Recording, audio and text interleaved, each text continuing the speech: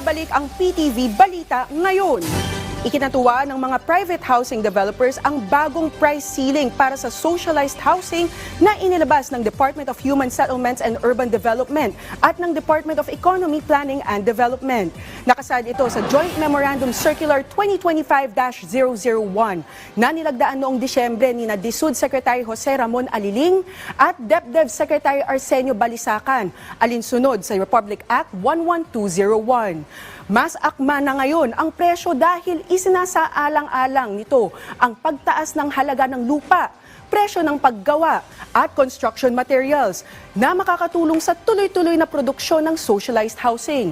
Bunga ang circular ng konsultasyon sa pagitan ng DSUD at private sector bilang suporta sa Expanded Pambansang Pabahay para sa Pilipino o 4PH program ng Administrasyong Marcos. Tiniyak din ng DSUD na may proteksyon pa rin para sa mga home buyer, kabilang ang mas malaking minimum size ng mga housing unit at itinakda ang maximum selling price sa 950,000 pesos para sa house and lot packages at 1.8 million pesos para sa condominium units, habang itinaas sa 24 square meters ang minimum floor area.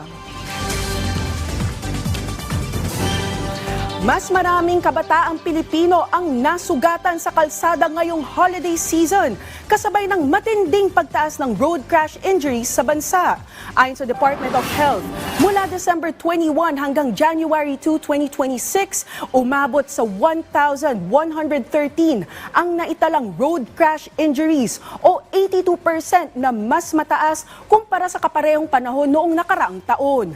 Dagdag ng DOH, halos kalahati ng mga kaso o 508 cases ay kinasasangkutan ng mga kabataang edad 15 hanggang 29 anyos, habang 87% ng mga biktima ay hindi gumagamit ng safety accessories gaya ng helmet at seatbelt. Sa mga nasawi, 4 sa 7 ay kabataan at 6 sa 7 insidente ay may kinalaman sa motorsiklo, kabilang ang isang pedestrian. Binibigyang diin ng DOH na dumarami rin ang insidenteng kinasasangkutan ng electric-powered two-wheelers at three-wheelers na madalas ay walang rehistro at lisensya at minsan ay minamaneho pa ng menor de edad. Paalala ng ahensya, ang lisensya at rehistro ay mahalagang bahagi ng road safety dahil kasama rito ang tamang pagsasanay sa defensive driving at kaalaman sa batas trapiko. Samantala, iniulat din ng DOH na 20% ang ibinaba ng naitalang kaso ng mga firecracker-related injuries ngayon kumpara noong nakaraang taon. Pero umabot na sa 655 ang kaso ng firecracker-related injuries sa bansa ngayong ikatlong araw ng Enero. Mahigit kalahati ng mga biktima ay mga batang 11 anyos pababa at 19 ang naputulan ng daliri o kamay, kabilang ang isang 4 na taong gulang. Paalala ng DOH, agad magpatingin at magpabakuna laban sa tetanus kung may paso o sugat dulot ng paputok.